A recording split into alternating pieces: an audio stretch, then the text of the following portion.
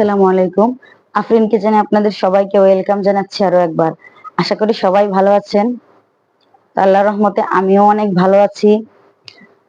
তো প্রতিদিনের মতো নতুন একটি রেসিপি শেয়ার করার জন্য আপনাদের সামনে হাজির হয়েছি। তো আজকের রেসিপি কিন্তু আলু দিয়ে গরুর মাংসের মাখা মাখা ঝোল। তো কি করে রান্না করি আমি দেখার জন্য পুরো ভিডিও জুড়ে আপনারা আমার সাথে থাকবেন এবং দেখে নেবেন। তো এটা খেতে কিন্তু অসম্ভব মজাদার হয়েছিল। তো সেটাই আপনাদেরকে আমি খুব সুন্দরভাবে দেখিয়ে নিচ্ছি। তো প্রথমে আমি চলে যাচ্ছি চুলার কাছে। তো এখানে দিয়ে নিয়েছি আমি কড়াই।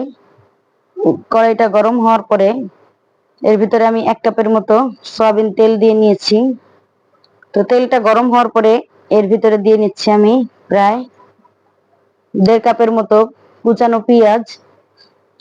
তো পেঁয়াজটা দেওয়ার পরে কিছুক্ষণ আমি নেড়ে নিব। আর পেঁয়াজটা কিন্তু একটু মোটা করেই কেটেছি, কারণ গরুর মাংসের জন্য এভাবেই আমি সবসময় একটু মোটা করে কাটি। এটা পরবর্তীতে সিদ্ধ হয়ে যায়, গলে যায়, কোনো সমস্যা নেই। আর এখানে 4-5টির মতো এলাচ আর 3 টুকরো দারচিনি এবং 3-4টি লবঙ্গ আমি দিয়ে নিয়েছি।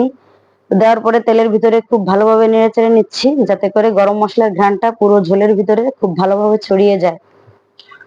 আর এখানে দিয়ে নিয়েছি আমি 1 টেবিল চামচের মতো রসুন বাটা এবং 1 টেবিল চামচের মতো আদা বাটা। তো সবকিছু আমি এখন একটু 2-3 মিনিটের মতো নেড়ে নিব, যাতে করে আদা রসুনের কাঁচা গন্ধটা দূর হয়ে যায়।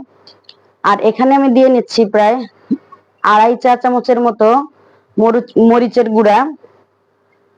আর দিয়ে নিচ্ছি আমি 2 চা চামচের মতো হলুদের গুঁড়া। আর সেই সাথে কিন্তু আমি এখন দিয়ে নিব 1/2 চা চামচের মতো গরম মশলার গুঁড়া। তো এটা দিলে ঝোলের ভিতরে একটু ঘ্রাণটা ভালো হয়। তো না থাকলে না দিলেও কোনো সমস্যা নেই, গোটা গরম মশলা ব্যবহার করলেই হবে। আর সামান্য পানি দিয়ে আমি একটু ভালোভাবে এটাকে সুন্দরভাবে কষিয়ে নিচ্ছি। আর তেজপাতাও দিয়ে নিয়েছি, দেখেছেন নিশ্চয়ই। আর এখন কিন্তু আমি যেখানে 1 কেজির মতো গরুর মাংস খুব ভালো করে পরিষ্কার করে ধুয়ে আমি মিডিয়াম টুকরো করে নিয়েছি। আর সেটাই এখন আমি মশলার ভিতরে দিয়ে নিচ্ছি। তো এখন কিন্তু আমি 1 চা চামচের মতো লবণ মাংসের উপর দিয়ে নিয়েছি। খুব ভালোভাবে এখন মশলার সাথে এটাকে মিশিয়ে নিতে হবে। তো আমি নাড়াচাড়া করে খুব ভালোভাবে মশলার সাথে মিশিয়ে নিচ্ছি। তো এভাবে আমি এটাকে একটু হালকা আঁচে জাল করে নিয়েছি প্রায় 6-7 মিনিটের মতো। তাতে করে কিন্তু তেলের উপর মশলাটা ভাজা ভাজা হচ্ছে। আর এ পর্যায়ে কিন্তু আমি একটু ঢেকে জালটা কমিয়ে দিয়েছি। তো কিছুক্ষণ প্রায় 5-7 মিনিট হবে। এরপরে কিন্তু একটুখানি এর গায়ের থেকে পানিটা ছেড়ে দিয়েছে। তো এখন আমি আরো একটু নেড়ে চেড়ে নিচ্ছি। তো এই পর্যায়ে আমি কিন্তু আরো কতক্ষণ এটাকে ঢেকে রাখবো। তো এইভাবে ঢেকে কিন্তু আমি রান্না করেছি প্রায় 20 মিনিটের মতো। তো প্রায় 20 মিনিট একেবারে হালকা আঁচে রান্না করার পরে কিন্তু সব ধরনের মশলা, পেঁয়াজ সবকিছু কিন্তু খুব ভালোভাবে সিদ্ধ হয়ে গিয়েছে। আর মাংসটাও কিন্তু কষানো হয়ে গিয়েছে।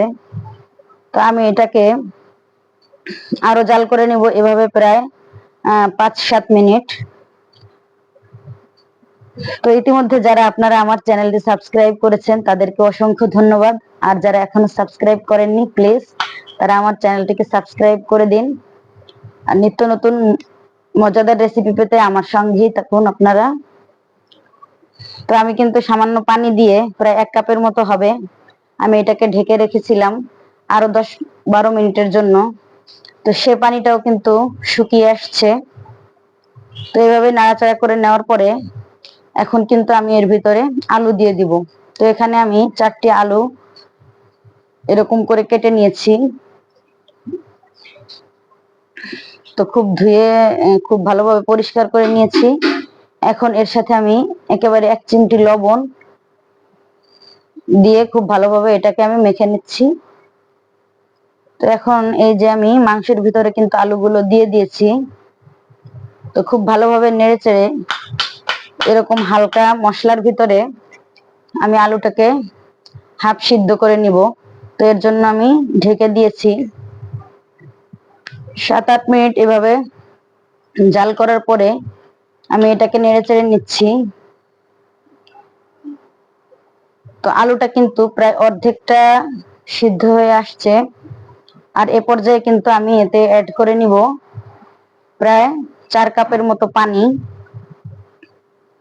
পানি অ্যাড করার পরে কিন্তু এটাকে খুব ভালোভাবে নেড়েচেড়ে আমি এটাকে জাল করতে দিব ঢেকে, যাতে করে খুব সুন্দরভাবে পুরোপুরি সিদ্ধ হয়ে যায়।